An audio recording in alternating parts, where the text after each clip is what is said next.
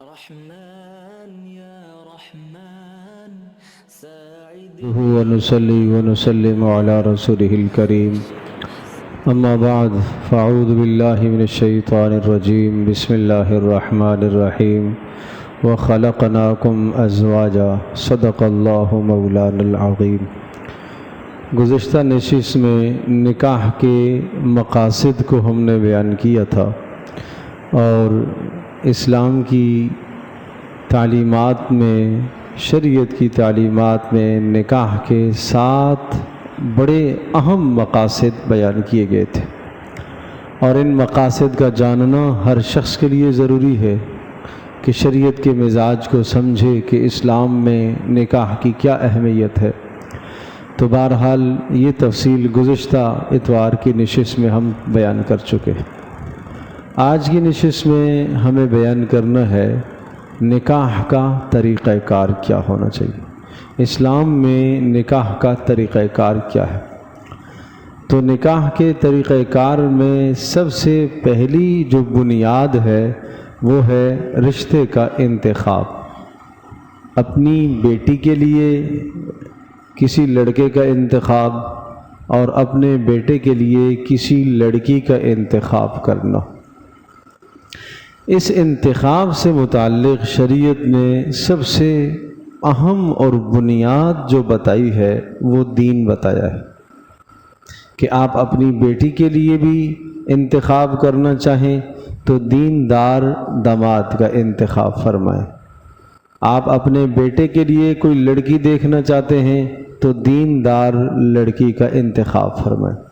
پیارے پیغمبر صلی اللہ تعالیٰ علیہ وسلم سے اگر آپ ان کی تعلیمات سے آپ مشورہ لینا چاہیں، اگر آپ یوں سمجھیں اور میں یہ بات کہوں تو بے جا نہ ہوگی کہ اللہ کے نبی صلی اللہ تعالیٰ علیہ وسلم سے پوری امت اگر مشورہ مانگ رہی ہے کہ اے اللہ کے نبی ہمیں اپنی بیٹیوں اور بیٹوں کے رشتوں کے انتخاب میں کیا کرنا چاہیے، تو اللہ کے نبی صلی اللہ علیہ وسلم یہ بتا رہے کہ انتخاب تو اچھی طرح سے آپ ان کے مزاج کو سمجھتے ہیں، وہ آپ کے مزاج کو سمجھتے ہیں، پہلے سے آپ کو ان کے گھر کے حالات معلوم ہیں، ان کو آپ کے گھر کے حالات معلوم ہیں، آپ اخلاق سے دین سے مطمئن ہو گئے ہیں، تو اب آپ اگلا اقدام منگنی کی بات ڈالیے۔ اور اگر آپ اجنبی جگہ پر رشتہ دے رہے ہیں یا لے رہے ہیں تو پھر پہلے آپ ان کے اخلاق اور دین کو جانچیے، جلدی نہ کیجیے، ایک بار نہیں کئی بار آپ جائیں۔ زندگی کا فیصلہ ہے، اپنے بیٹے کے لیے اس کی زندگی کا فیصلہ ہے، اپنی بیٹی کے لیے اس کی زندگی کا فیصلہ ہے، آپ بہت بڑا اقدام اٹھا رہے ہیں، تو اس لیے خوب سوچ سمجھ کر اللہ سے مانگ کر اللہ تبارک و تعالی تو اپنی امت پر مہربان ہے، جب آپ اللہ کی طرف رجوع کریں گے تو اللہ پاک آپ کو بہترین چیز سلجھائے گا۔ پھر اسی جگہ پر حکم ہے استخارے کا۔ آپ انتخاب کرنا چاہ رہے ہیں، ہاں رجحان بن رہا ہے کہ فلاں جگہ پر ہم اپنی بیٹی کا رشتہ دیں یا فلاں جگہ سے ہم اپنے بیٹے کے لیے رشتہ لیں، چاہے آپ رشتہ دے رہے چاہے آپ رشتہ لے رہے، حکم ہے استخارہ کیجیے۔ استخارے کا مطلب اللہ سے خیر طلب کیجیے۔ استخارے کا مطلب یہ نہیں ہے کہ آپ کو کوئی غیب کی بات پتہ چلے گی، استخارے کا مطلب یہ نہیں ہے کہ آپ کو خواب میں سارا منظر دکھا دیا جائے گا، استخارے کا مطلب یہ نہیں ہے کہ 100% تیر بہدف بات لگے گی۔ استخارے کا مطلب ہے اللہ سے خیر کا طلب کرنا۔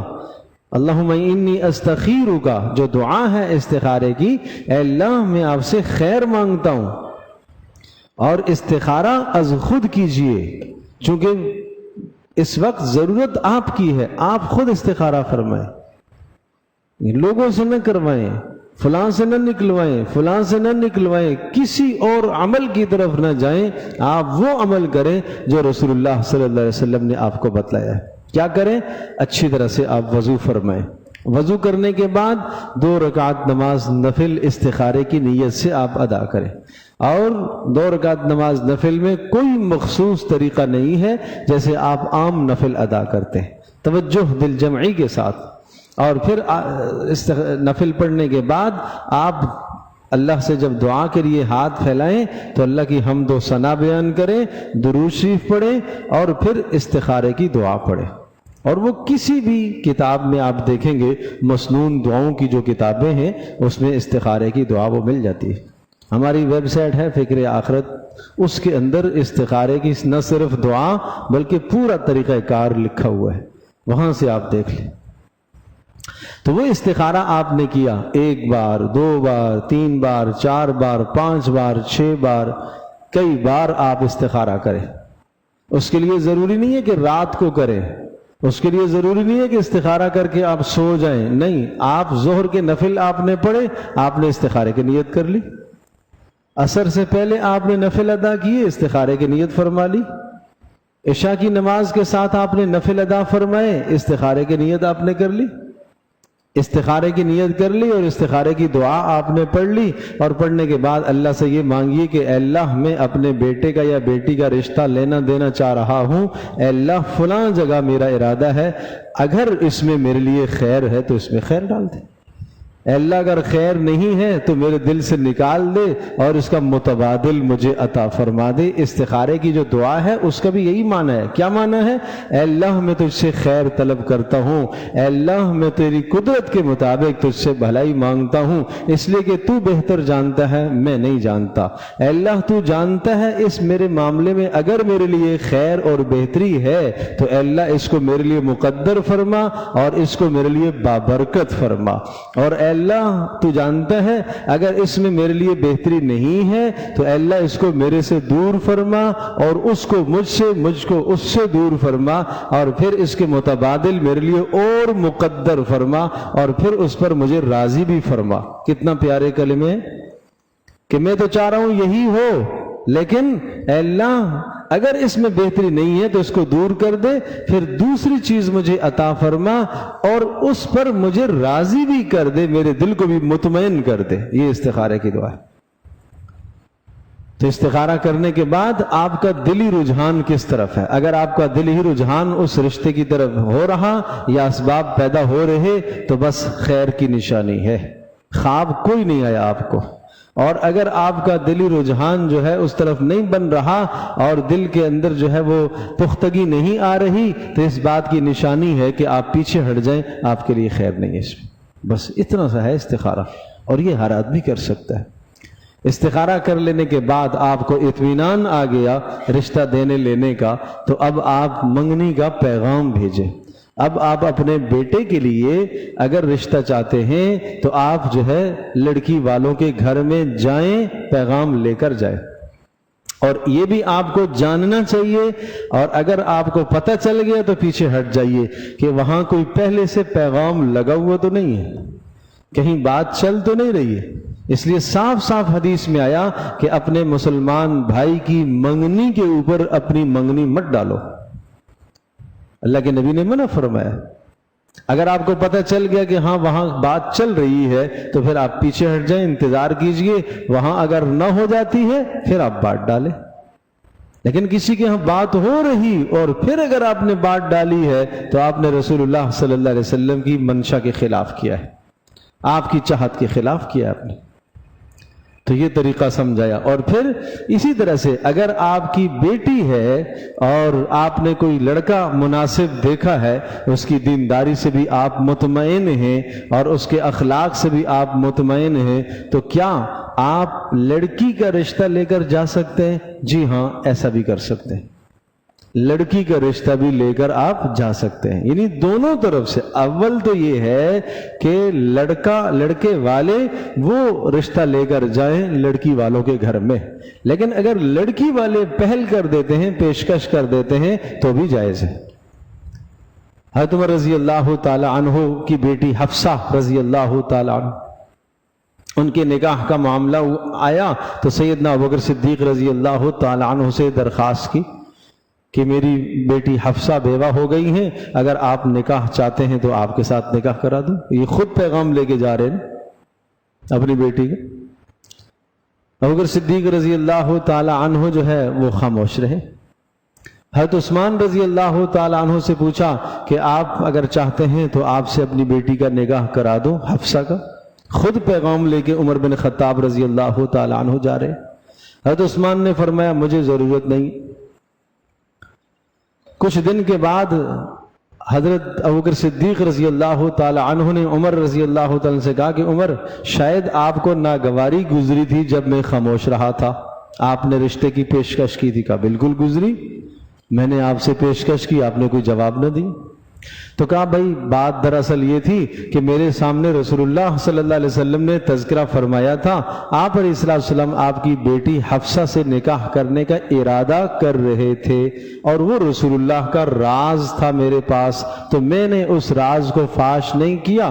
البتہ میرے دل میں یہ خیال تھا کہ اگر رسول اللہ نے نہ کیا تو پھر میں رشتہ کر لوں گا۔ تو دیکھو دو باتیں پتہ چلی، ایک تو یہ کہ رسول اللہ کی طرف سے ارادہ ہوا تو ایک شخص کی جانب سے ارادہ ہوا تو میں وہاں اپنا پیغام نہ بھیجوں۔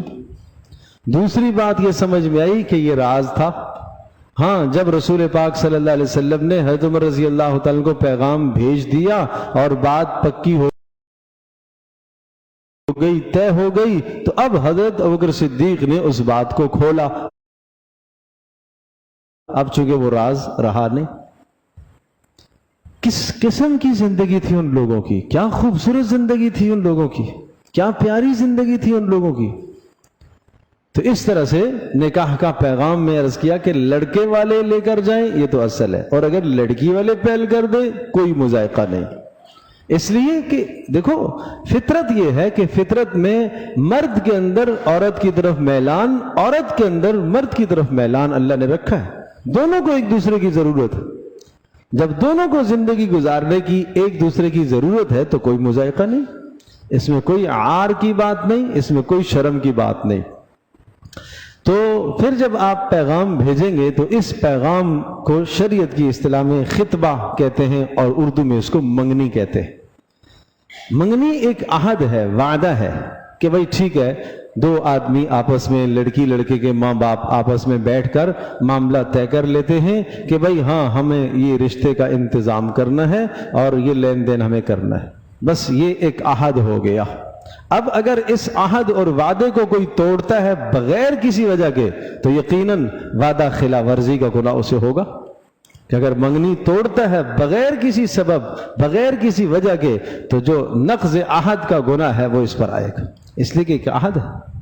باقی اس موقع کی رسم، اس کا اسلام میں کوئی تعلق نہیں ہے، اور اسلام میں اس کی کوئی حیثیت نہیں۔ رسم کرنا اور اس موقع پر جناب ایک مجمع لے کر جانا، نہیں، اسلام میں اس کی کوئی گنجائش نہیں۔ بس منگنی کی اتنی حیثیت ہے کہ یہ ایک وعدہ ہے، یہ ایک عہد ہے، بات پکی ہو جانا تاکہ وہ بھی مطمئن ہو جائیں ادھر اور آپ بھی ادھر مطمئن ہو جائیں۔ البتہ اس بات کے پکا ہونے سے پہلے ایک مرحلہ اور ہے کہ لڑکی اور لڑکا آپس میں ایک دوسرے کو دیکھنا چاہیں تو اسلام نے اس دیکھنے کی بھی اجازت دی، لڑکے کو دیکھنے کی اجازت دی گئی ہے۔ اور اجازت جو دی گئی ہے معلوم ہے کس طرح سے؟ اجازت کا مطلب یہ ہوا کہ جب لڑکا مثال کے طور پر اپنے ماں باپ کے ساتھ چلا جائے اور لڑکی سامنے سے گزر جائے، سامنے چائے پانی رکھ کر چلی جائے، یہ دیکھنا ہے۔ یہ دیکھنا انٹرویو لینا نہیں ہے، یہ دیکھنا 10 منٹ بیٹھنا نہیں ہے، یہ دیکھنا تنہائی کی ملاقات نہیں ہے، یہ دیکھنا موبائل اور واٹس ایپ پر میسیجز اور ملاقات اور آڈیو اور ویڈیو کالز نہیں ہے۔ منگیتر وہ منکوحہ نہیں ہے آدمی کی، منگیتر ہے، ابھی تک نکاح نہیں ہوا، اس سے بات چیت کرنا جائز نہیں ہے، اس کے لیے دیکھنا جائز نہیں ہے، اس کے لیے دیکھنا ایسے ہی حرام ہے جیسے اجنبی عورت کی طرف دیکھنا حرام ہے، منگیتر کی طرف دیکھنا ایسے ہی حرام ہے۔ لیکن ایک بار اجازت اس لیے دی ہے کہ زندگی کا مرحلہ اور زندگی کا مسئلہ ہے، اس نے ساری زندگی گزارنی ہے اس کے ساتھ، اس لیے شریعت نے ایک بار دیکھنے کی اسے اجازت دی ہے۔ تو آپ اندازہ کیجئے شریعت کی حساسیت کتنی ہے کس قدر حساس مسئلہ ہے کہ اس بیٹے نے زندگی گزارنی ہے تو شریعت نے اس کو اختیار دیا ہے، چلو بھائی ایک مرتبہ تم دیکھ لو، لیکن میں نے عرض کیا کہ منگنی ہو گئی اور منگنی کے ہو جانے کے بعد بات چیت کرنا ناجائز ہے، دیکھنا ناجائز ہے، ملاقات ناجائز ہے، رابطے رکھنا ناجائز ہے، یہ ناجائز ہے، حرام کا ارتکاب کرے گا وہ۔ عام طور پر لوگ سمجھتے ہیں اب تو منگنی ہو گئی ہے، اب تو مختص ہو گئی ہے میرے لیے، میں اس کے لیے مختص ہو گیا، خاص ہو گیا، وہ میرے لیے خاص ہو گئی، تو اب تو کوئی حرج نہیں۔ ہاں نکاح ہو گیا، رخصتی نہیں ہوئی تو بات چیت کرنے میں حرج نہیں، تو جائز ہے، پھر جائز ہے، لیکن اس میں بھی احتیاط بہتر ہے، اس لیے کہ ہوتا یہ ہے کہ ابھی چونکہ میلاب باہمی ہوا نہیں ہے، رخصتی ہوئی نہیں ہے، ایک دوسرے کے مزاج سے، ایک دوسرے کی جو ہے وہ شخصیت سے اچھی طرح آگاہی اور واقفی نہیں ہے، تو بسا اوقات یہ فون پر، ٹیلی فون پر، میسیجز پر جو باتیں ہوتی ہیں، یہ بسا اوقات اس کا نتیجہ علیحدگی ہوئے کہ نکاح تو ہو گیا، رخصتی نہیں ہوئی، 1 سال باقی ہے ابھی، اور یہ آپس میں چونکہ گفت و شنید میں اتنے، اب ظاہر ہے یہ ادھر سے میسج جا رہا، وہ جواب بر وقت نہ دے پائے تو نتیجہ فساد کا ہے۔ تو اس لیے ایسے موقع پر احتیاطی بہتر ہے، لیکن پہلے والی جو صورت میں بتا رہا ہوں کہ جب تک منگنی ہے تو منگنی جو ہے وہ ایک عہد ہے، اور اس عہد کی پاسداری ضروری ہے، بغیر کسی وجہ سے اس کو نہ توڑا جائے، اور منگنی ہو جانے کے بعد لڑکی اور لڑکے کا باہمی بات کرنا جائز نہیں ہے، وہ اسی طرح سے اجنبی ہیں جیسے پہلے اجنبی تھے۔ منگنی کے بعد پھر نکاح کا مرحلہ آتا ہے، تو ایک تو میں نے عرض کیا کہ انتخاب رشتہ، یہ بات ہو گئی، اس کے بعد دوسری بات عرض کی کہ انتخاب رشتے کے بعد استخارے کا عمل، یہ بات بھی آ گئی، تیسری بات میں نے عرض کی کہ انتخاب رشتہ بھی ہو گیا، استخارہ بھی ہو گیا، تو اب پیغام بھیجنا اس کا طریقہ بھی میں نے بتا دیا۔ اس کے بعد چوتھا مرحلہ آتا ہے نکاح کا۔ تو نکاح کے لیے اسلام نے انتہائی سادہ تعلیمات دی ہیں، نکاح میں انتہائی سادگی۔ پیارے پیغمبر صلی اللہ علیہ وسلم کا فرمان گرامی ہے کہ سب سے زیادہ بابرکت نکاح وہ ہوگا جس نکاح کا خرچ کم از کم ہو، سب سے زیادہ بابرکت نکاح، سب سے زیادہ بابرکت نکاح۔ اب نکاح کا طریقہ شریعت نے اصل مقرر کیا، آپ نے فرمایا اعلنوا بالنکاح وجعلوها فی المساجد، آپ نے فرمایا نکاح علی الاعلان کیا کرو، چھپ کرنے، علی الاعلان نکاح ہو، نکاح میں جتنا مجمع ہو جائے باعث برکت ہے، اور نکاح مساجد میں منعقد کیا کرو کیونکہ عبادت ہے، اور عبادت کی بہترین جگہ مسجد ہے۔ تو مسجد میں نکاح کے فوائد ہیں۔ پہلا فائدہ یہ ہے کہ مسجد کے اندر ہر خاص و عام شریک ہو سکتا ہے۔ شادی ہال میں تو وہی شریک ہوں گے جن کو آپ نے دعوت دی، اور مسجد میں ہر شخص شریک ہو سکتا ہے۔ اس ہر شخص کی شرکت کا مطلب یہ ہے کہ ایک آدمی مدعو نہیں ہے، دعوت اس کو نہیں دی گئی ہے، وہاں شریک ہے، اور وہ بھی اگر دعا پر آمین کہہ دیتا ہے تو اس کی دعا اگر قبول ہو جائے تو میاں بیوی کے حق میں بہتری ہوگی۔ نمبر 2، مسجد فرشتوں کا ماحول ہے، اور نمبر 3، مسجد میں دعا کی قبولیت زیادہ ہے۔ مجھے آپ یہ بتائیے کہ شادی ہالوں کے اندر جہاں پر عام طور پر تمیز نہیں کی جاتی، اختلاط ہوتا ہے مردوں کا عورتوں کا ایک ساتھ اختلاط ہوتا ہے، اس مجمع کے اندر اگر نکاح کی تقریب منعقد ہو گئی تو وہاں اللہ تبارک و تعالیٰ کا غضب اور غصہ برس رہا ہے۔ کیوں؟ اختلاط ہے، پردہ نہیں ہے بیچ میں، اور پردہ اگر بیچ میں ہے دیگر کئی خرافات ہیں وہاں پر، تو جہاں جتنی خرافات اور گناہ ہوں گے ان گناہوں پر اللہ کا غضب برس رہا ہے۔ جب اللہ کا غضب اور غصہ اتر رہا ہے تو اس جگہ میں نکاح کی تقریب آپ منعقد کریں گے، وہ بابرکت نہیں ہوگی، مسجد میں زیادہ بابرکت ہوگی۔ اس لیے مسجد کا حکم دیا۔ پیارے پیغمبر صلی اللہ تعالی وسلم کے زمانے میں تمام نکاح مساجد میں ہوتے تھے، مسجد میں نکاح منعقد ہوتے تھے۔ تو عرض کر رہا ہوں کہ ہر آدمی یہاں شریک ہو سکے گا، وہ دعا پر آمین کہے گا۔ نمبر 2، مسجد عبادت گاہ ہے، عبادت کی جگہ ہے، اور نکاح بھی عبادت ہے۔ اور نمبر 3، مسجد فرشتوں کا ماحول ہے، جس سے یہاں فرشتے موجود ہیں، نیکی کا ماحول ہے، اچھائی کا ماحول ہے، بہتری کا ماحول ہے، تو اس وجہ سے نکاح کی تقاریب کو مسجد میں منعقد کرنا چاہیے۔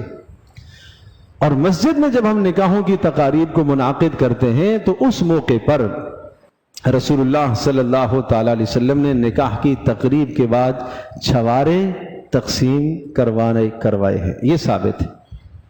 اب چھوارے بٹتے تھے پہلے، پھر چھواروں کے ساتھ کچھ اور بھی اضافہ ہو گیا، اس کے ساتھ دو ایٹم اور ڈال دیے، 3 اور ڈال دیے، پھر وہ خاص قسم کی تھیلی بھی آ گئی، پھر وہ پتہ نہیں کیا کچھ آ گیا، پھر مزید کچھ پھول بھی آ گئے، پھر کچھ ہار بھی آ گئے، یہ سلسلہ بڑھتا جا رہا ہے۔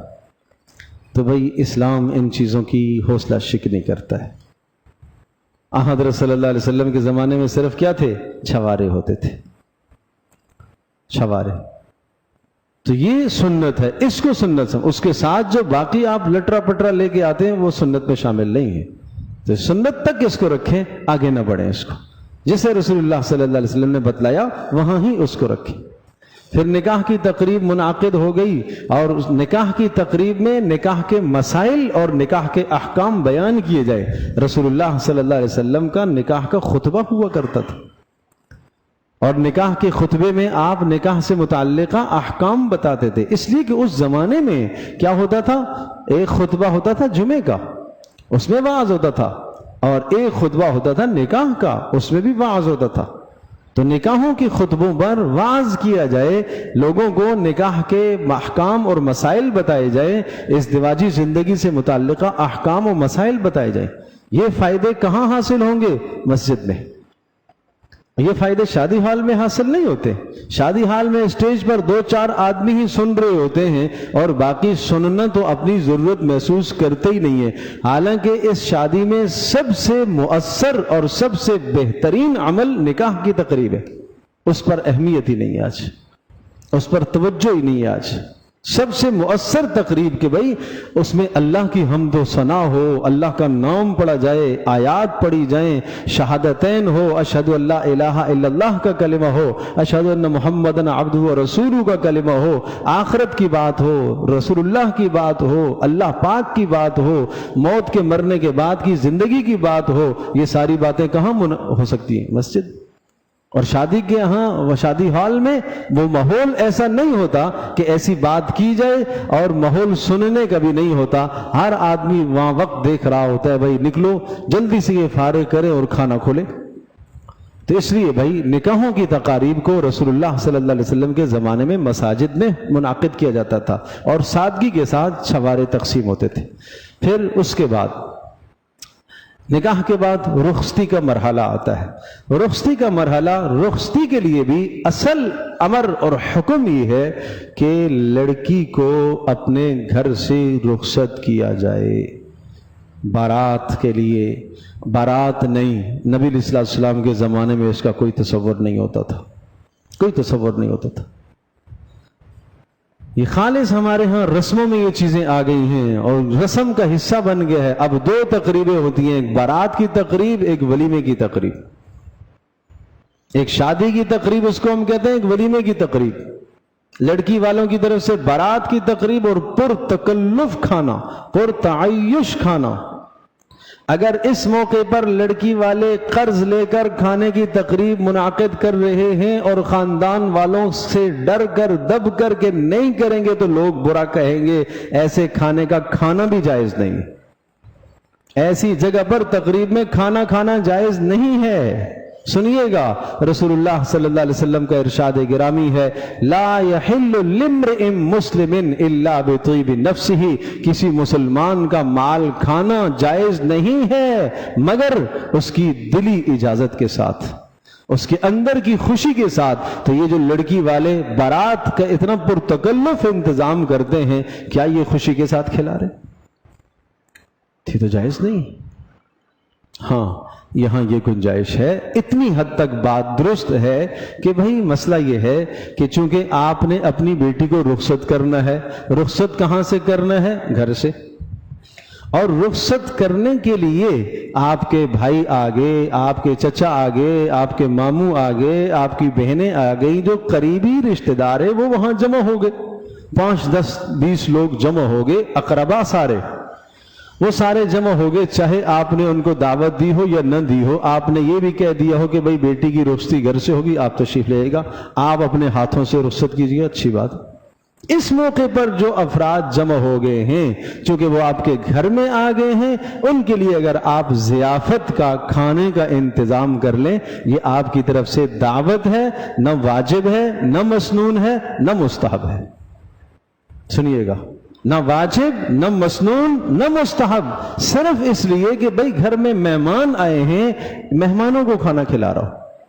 یہ ایسا ہی سمجھ لے جیسا کہ آپ کے گھر میں اگر کوئی خوشی کا موقع آ گیا، مبارکباد دینے کے لیے 10 لوگ جمع ہو جاتے ہیں، آپ نے کھانے کا انتظام کر لیا۔ آپ کے گھر میں اللہ نہ کرے کوئی حادثہ پیش آ جائے، تعزیت کے لیے ایک وقت میں 10 لوگ جمع ہو گئے، آپ نے کہا بھئی چلو کھانے کا انتظام کر لیتا ہوں، مہمان آئے ہوئے ہیں، چلو کھانے کا وقت ہے، کھانے کا انتظام کر لیتا ہوں۔ اسی طرح سے یہ ایک واقعہ آپ کے گھر میں پیش آ رہا کہ آپ کے گھر سے بیٹی رخصت ہو رہی ہے، اور ایک حیثیت سے یہاں خوشی کا مقام بھی ہے کہ آپ اپنے فرض منصبی سے سبکدوش ہو رہے ہیں، خوشی بھی ہے، اور دوسری طرف سے ایک چلتا پھرتا جنازہ آپ کے گھر سے نکل رہا ہے، 18 سال 20 سال 16 سال 15 سال جس بچی کو آپ نے اپنے گھر میں پالا ہے، آج وہ آپ کے گھر سے رخصت ہو رہی ہے، تو ایک حیثیت سے ماں باپ کے لیے غم بھی ہے۔ تو اس غم اور خوشی کی ملی جلی کیفیت میں چند عزیز رشتہ دار جمع ہو گئے، تو ٹھیک ہے بھائی جمع ہو گئے، تو میں عرض کر رہا ہوں کہ مسنون بھی نہیں، مستحب بھی نہیں، فرض بھی نہیں، واجب بھی نہیں، کھانا کھا لیں تو کوئی حرج نہیں، لیکن تکلف کے بغیر ہو، تعیش کے بغیر ہو، سادگی کے ساتھ ہو تو جائز ہے۔ تو پھر یہ رخصتی وہاں سے ہوتی ہے، گھر سے، اور گھر سے بھی اصل رخصتی یہ ہے کہ لڑکی کے ماں باپ اور یا 2-3 افراد 2-4 خواتین ساتھ چلی جائیں اور جا کے لڑکی کو چھوڑ کر آ جائے، یہ ہے اصل رخصتی، یہ ہے اصل، کہ وہ لڑکا بھی ساتھ بیٹھے اور کار میں بیٹھے اور اسی طرح سے بیٹھے۔ بھائی میرے عزیز دوستو، رسمیں ہیں، یہ رسمیں ہیں بھائی، اسلام میں اس کی کوئی حیثیت نہیں۔ پیارے پیغمبر صلی اللہ تعالیٰ علیہ وسلم نے اپنی بیٹی فاطمہ رضی اللہ تعالیٰ عنہ کو کیسے رخصت کرایا؟ ظاہر ہے ہماری بیٹیاں فاطمہ رضی اللہ تعالیٰ عنہ سے زیادہ حسین و جمیل، زیادہ فضل اور زیادہ منصب اور زیادہ شرف اور عزت والی نہیں ہو سکتی بھائی۔ جو جنتوں کی سردار ہیں فاطمہ رضی اللہ تعالی عنہا، انہیں کس طرح سے رخصت کرایا؟ نکاح ہوا مسجد میں حضرت علی رضی اللہ تعالی عنہ کا، اور عجیب بات بتاؤں، حضرت علی رضی اللہ تعالی عنہ پیارے پیغمبر صلی اللہ علیہ وسلم کی کفالت میں بھی تھے، چونکہ حضرت علی رضی اللہ تعالی کے والد ابو طالب کا تو انتقال ہو گیا تھا، تو حضرت علی رضی اللہ تعالی نبی علیہ السلام کی کفالت میں بھی تھے۔ نکاح ہوا مسجد میں، اور مسجد میں نکاح ہونے کے بعد شام کو رسول اللہ صلی اللہ علیہ وسلم نے حضرت ام ایمن اور ان کے ساتھ 2 خواتین کو کہا کہ فاطمہ کو لو اور علی کے گھر میں چھوڑ کے آ جاؤ، فاطمہ کو لو اور علی کے گھر میں چھوڑ کر آ جاؤ۔ یوں رخصتی ہو گئی، نہ کوئی باراتی آیا، نہ کوئی باجا، نہ کوئی گاجا، نہ کوئی کھانا، نہ کوئی اور شے، یوں رخصتی ہو گئی بس۔ یہ تھی رخصتی رسول اللہ صلی اللہ تعالی علیہ وسلم کی، یہ تھی رخصتی رسول اللہ صلی اللہ علیہ وسلم نے جو اپنے ہاتھوں سے کرائی۔ آپ علیہ السلام کی بیٹی کی رخصتی اس طرح سے ہوئی، اور پھر رخصتی ہو جانے کے بعد اگلا مرحلہ ولیمے کا آتا ہے۔ رخصتی ہونے کے بعد ہے ولیمہ۔ ولیمے کا مقصد کیا ہے؟ شریعت میں جو ولیمے کا مقصد ہے وہ ہے میاں بیوی کی باہمی ملاقات کے بعد کا کھانا، کہ باہمی ان کی ملاقات ہو گئی، اور ولیمے کا مقصد اور مطلب یہ ہوتا ہے کہ لڑکے والے، خاص طور پر لڑکا، وہ اس بات کا اظہار کر رہا ہوتا ہے اور لڑکی والوں کو یہ پیغام دے رہا ہوتا ہے کہ میں نے جو آپ کی بیٹی سے نکاح کیا ہے تو میرا اس کے ساتھ نباہ اچھا ہوا ہے، مجھے اس کی زندگی پسند آئی ہے، اور اس خوشی میں خوشی کے اظہار کے لیے ولیمہ کر رہا ہوں۔ اس کی تاکید حدیث میں آئی ہے، اولن ولو بشاتن، فرمایا ولیمہ کر لیا کرو اور کچھ نہ ملے ایک بکرا ہی ذبح کر کے ولیمہ کر لیا کرو۔ رسول اللہ صلی اللہ علیہ وسلم نے سادگی کی طرف بھی اشارہ فرمایا اور تاکید بھی کی کہ ولیمہ ضرور کیا کرو۔ اچھا اس زمانے میں ایک آدھ بکرا ذبح کرنا کوئی مشکل کام تھا نہیں، ہر آدمی کے گھر میں 20 30 40 100 بکریاں تو ہوتی ہی تھیں، ان میں سے ایک بکری کو ذبح کرنا کوئی مشکل کام تھا ہی نہیں۔ رسول اللہ صلی اللہ علیہ وسلم نے تاکید کی کہ ہاں ولیمہ کر لیا کرو۔ عبد الرحمن بن عوف رضی اللہ تعالیٰ عنہ اتنے صاحب مال تھے کہ اگر ولیمہ کرتے تو پورے مدینے والوں کا ولیمہ کر سکتے تھے، لیکن انہوں نے سادگی اختیار کی۔ ایسا ولیمہ تھا کہ رسول اللہ صلی اللہ علیہ وسلم کو بھی اطلاع نہیں تھی، ان کو بھی نہیں پتہ چلا، شادی ہو گئی۔ آپ علیہ السلام نے عبد الرحمن کے جسم کے ساتھ خوشبو کا رنگ دیکھا، کہ عبد الرحمن یہ کیسی خوشبو، یہ تو عورتوں کی۔ انہوں نے کہا اللہ کے رسول میں نے شادی کر لی ہے۔ آپ نے کسی بھی تاریخ کی کتاب میں نہیں آتا کہ آپ نے گلہ کیا ہو، اچھا عبد الرحمن تو نے شادی کی، مجھے دعوت نہیں دی، تو نے مجھے نہیں بلایا، تو نے مجھے نہیں کہا، تجھ سے بات نہیں کروں گا۔ نہیں، مجھے یہ بتاؤ آج اگر غلطی سے ایک آدمی محلے کا رہ گیا تو پھر چار اکسانے والے، دیکھو تجھے نہیں دعوت دی نا، اس کا مطلب یہ ہے کہ اس کے دل میں تمہارے خلاف کوئی کینہ بھرا ہوا ہے۔ اللہ اکبر، بھائی یہ کوئی ایسا مرحلہ تھوڑا ہی ہے، اگر نہیں دعوت دی کوئی قابل شکوہ بات نہیں ہے، کوئی قابل گلہ بات نہیں ہے، آپ مبارکباد دیں۔ آپ کو پتہ چل گیا نا کہ شادی ہوئی ہے تو پھر آپ مبارکباد دیں، اپنے مسلمان بھائی کی خوشی میں آپ شریک ہوں۔ ٹھیک ہے آپ وہاں نہ جائیں، آپ فون پر مبارکباد دے دیجئے۔ مبارکباد کے کلمات تو یہ آپ کے ذمے ہیں، ایک مسلمان کا حق ہے کہ آپ مبارکباد کے کلمات کہیں۔ تو رسول اللہ صلی اللہ علیہ وسلم کی زندگی یہ سادہ زندگی تھی۔ آپ علیہ السلام کا جو ولیمہ ہوتا تھا وہ ولیمہ سب سے زیادہ پرتکلف ولیمہ پتہ ہے رسول اللہ صلی اللہ علیہ وسلم کا اس وقت تھا جب حضرت زینب رضی اللہ تعالی عنہ کی شادی اور نکاح آپ علیہ السلام کے ساتھ ہوا۔ کہاں سا رسول اللہ نے ایک بکری ذبح فرمائی اور گوشت بنوایا اور سرید بنائی، شوربے والا گوشت، اور صحابہ نے اس گوشت کے اندر روٹیوں کو توڑ توڑ کے ٹکڑے کر کے ڈالے اور سرید بنا کے صحابہ کہتے ہیں پیٹ بھر کر کھانا کھایا۔ یہ پرتکلف ولیمہ تھا آپ علیہ السلام کی تمام شادیوں۔ اللہ اکبر۔ اور ایسے ولیمے بھی تھے رسول اللہ صلی اللہ علیہ وسلم کے زمانے میں کہ بھائی صرف چھہاروں پر اکتفا کیا گیا۔ ایسے بھی ولیمے تھے کہ ہاں بھائی ہر کوئی لے آئے اپنے گھر سے، جس کے پاس کچھ بھی ہے لے آؤ بھائی، مسجد میں دسترخوان بچھا دیا گیا اور وہاں سب بچھا دیا گیا اور سب نے وہ کھا لیا۔ ایسے بھی ولیمے ہوئے۔ اس طرح سے سادہ زندگی۔ مجھے یہ بتاؤ اگر یہ سادگی آج ہمارے نکاحوں کے اندر آ جائے تو کتنے زیادہ خرچوں سے ہماری جان چھوٹ جائے گی، کتنے قرضوں سے جان چھوٹ جائے گی، کتنے تکلفات سے جان چھوٹ جائے گی۔ اور عافیت کی زندگی ہے، جو سنت کے قریب قریب کی زندگی ہے وہ زندگی عافیت کی ہوتی ہے۔ اور اگر یہ نہیں کرو گے تو پھر خواہشات کی کوئی انتہا نہیں ہے، خواہشات بڑھتی جائیں گی بڑھتی جائیں گی، رسم بڑھتی جائے گی۔ خاص طور پر خاندان میں کوئی شادی ذرا پہلے واقع ہوئی ہماری شادی سے تو ہم تھوڑا سا اپنا اسٹیٹس اس سے ذرا بڑا کریں گے، وہاں یہ ڈش تھی ہم نے یہ بھی کرنی، تو یہ تو جائز نہیں ہے بھائی، ایسا کرنا جائز نہیں ہے۔ تو رسول اللہ صلی اللہ علیہ وسلم کے یہاں نکاح کا طریقہ کار یہ تھا جو میں نے آپ کے سامنے عرض کیا۔ نکاح انتہائی سادہ ہوتے تھے اور انتہائی سادگی کے ساتھ ہوتے تھے۔ اور پھر یہاں ایک مسئلہ اور ذہن نشین فرما لیجئے کہ نکاح نام ہے ایجاب اور قبول کا۔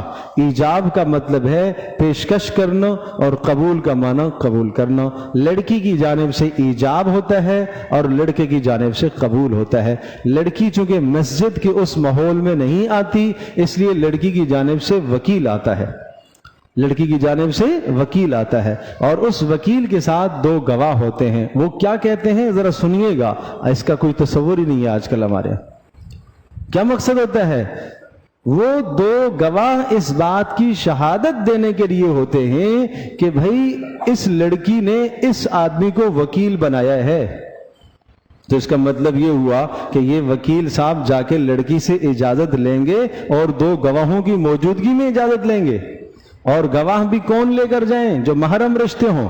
اصل وکیل میں بنے کون؟ نکاح دینے کا اختیار، بیٹی دینے کا اختیار کس کو ہوتا ہے؟ باپ کو ہوتا ہے۔ باپ موجود ہے، باپ وکیل بنے، چچا گواہ بن جائے، ماموں گواہ بن جائے، بھائی گواہ بن جائے، دور کا پکڑ کے ہم وکیل بناتے ہیں۔ کون؟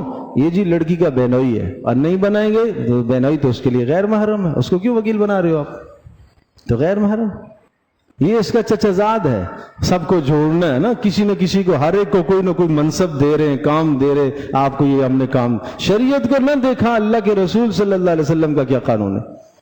تو اس لیے وکیل بھی محرم ہو، اس کے ساتھ دو گواہ بھی محرم ہو۔ کیا آپ، کون آدمی عزت مند غیرت مند آدمی چاہے گا کہ بیٹی اس وقت سجی ہوئی اور دلہن بنی ہوئی بیٹھی ہے، اس کو غیر محرم کیوں دیکھے کوئی؟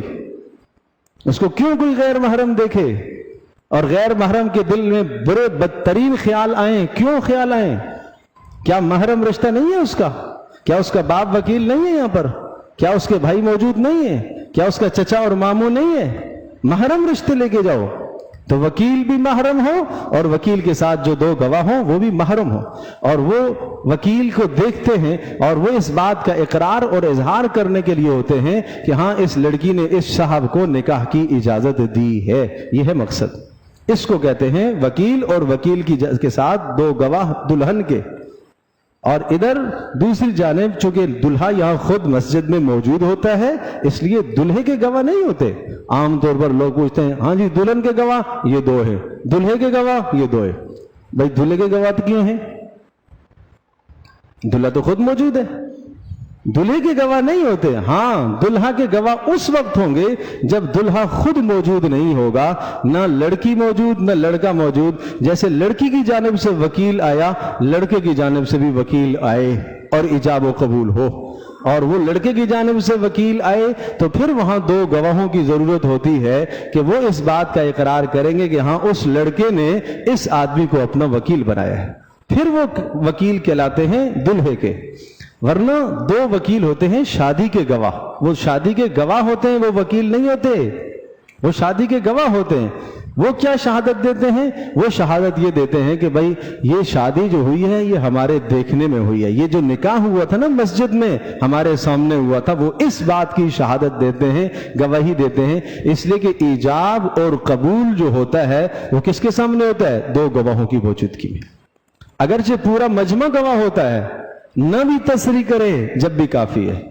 لڑکی کا وکیل آیا اور وکیل کے ساتھ کیا آگے؟ دو گواہ آگے، اور پھر نکاح خواں قاضی جو نکاح قائم کرنے والا ہے وہ پوچھے گا لڑکی کے وکیل سے آپ نے اپنی بیٹی کو، اپنی بھانجی یا بھتیجی کو اتنے اتنے عقد مہر میں فلاں کے عوض میں دیا ہے؟ وہ کہے گا میں نے دیا، وہ دو گواہ ساتھ موجود ہوں گے۔ ادھر سے لڑکا کہے گا کہ ہاں میں نے قبول کر لیا۔ اب سوال یہ کہ یہ ایجاب اور قبول یہ نکاح کہاں ہوا بھائی؟ کوئی گواہ ہے؟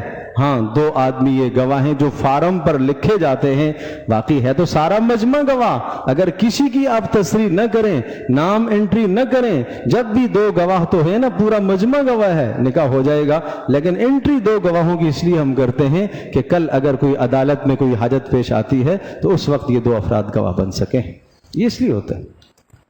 یہ مسئلے نہیں معلوم، یہ مسئلے ہمیں نہیں پتہ، ان مسئلوں کو بتانا بھی چاہیے اور ان مسئلوں کو سیکھنا بھی چاہیے۔ اس لیے نکاح سے پہلے یہ ساری باتیں سیکھے۔ اور بھی جو فارم آپ پر کرتے ہو، اس فارم کی شرعی کوئی حیثیت نہیں ہوتی ہے، یہ تو ہمارے ہاں حکومتی قانون ہے۔ اگر ہم نے کوئی فارم نہیں پر کر دیا، کچھ بھی ہم نے نہیں لکھا، بس لڑکی کا وکیل آ گیا اور اس وکیل کے ساتھ دو گواہ آ گئے، اور دو گواہ یہاں موجود ہیں جو اس تقریب کے گواہ ہوں اور وہ ایجاب اور قبول کے گواہ ہوں، تو نکاح منعقد ہو جائے گا۔ بس پہلے زمانوں میں تو اسی طرح سے نکاح ہوتا تھا۔ چونکہ آج کل ایک قانون ہے، ملک کی قانون، چلو وہ بھی قانون اگر خلاف شرع یقیناً نہیں ہے تو اس کو لینے میں بھی کوئی مذائقہ نہیں ہے۔ تو فارم کی یہ حیثیت ہے جو میں نے آپ کو بتا دی ہے۔ بہرحال ان مسائل کو سیکھنا چاہیے، جاننا چاہیے، یہ ہماری ضرورت ہے۔ اللہ پاک ہم سب کے لیے سمجھنا عمل کرنا آسان فرمائے۔